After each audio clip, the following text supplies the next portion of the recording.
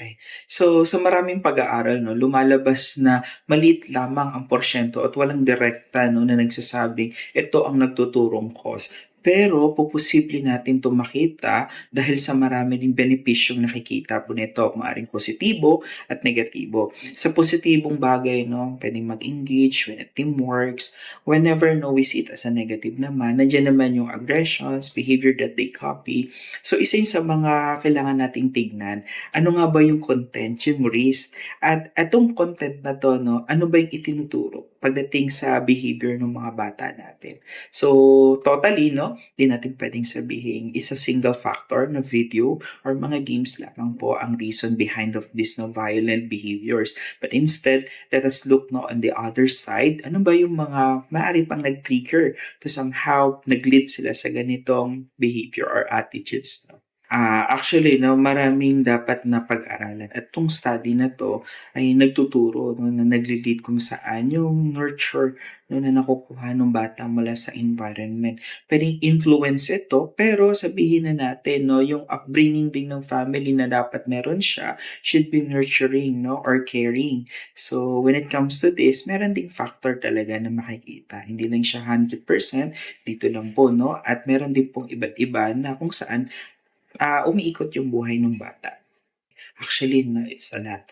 Number one, 'pag tinignan natin yung mga family muna 'no, family members. So siyempre nandiyan yung kanilang upbringing, yung nurturance that start 'no, of their siguro yung paglaki nila hanggang sa magpunta sila sa school. So dapat makita din at ma-develop yung emotional skills nila, ma-develop 'no, kung saan yung empathy, malis yung aggression 'no, at maging mas siguro sabihin na nating confident yung bata.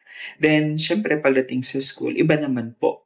Dahil ang school, iba ang cognitively, they teach as well no different values, different no ideas. So it includes of that. Pagdating naman po sa society natin, malawak din kasi may mga peer influence na pwedeng positibo at negatibo. Ngayon lamang po, no, paano natin babalansehin?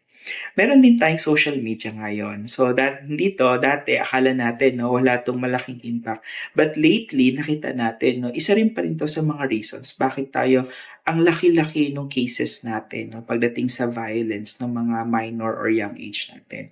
Ngayon kung titingnan ninyo, balikan ninyo yung nangyari. So ano nga ba yung benepisyo ng mental health, nung internet natin or social media sa mental health ng mga bata? Most likely, prolonged exposure no, or usage of internet in the violence. O kaya naman, pwedeng sabihin natin yung mga content no, or yung mga risks no, na dapat hindi talaga sila nakakapag-access with that. So that's why no, nagkakaroon ng influences sa mga bata. Actually 'no, there's a lot. Hindi natin iisa-isa nung sa part ng pagiging teacher. Pero kung ikaw ay isang parent 'no, at isang teacher, puwede mo siyang maging combine of ideas. Number one, changes ng behavior and then attitude. Ano nga ba yung kanyang mga natural 'no, na ginagawa sa hindi ginagawa ngayon at ano nga ba yung mga aggressions 'no, na tendency nagde-develop sa kanya na mas malala 'no, na hindi magandang ideas. So nagre-result siya sa mga tinatawag nating very deviant no na tinatawag.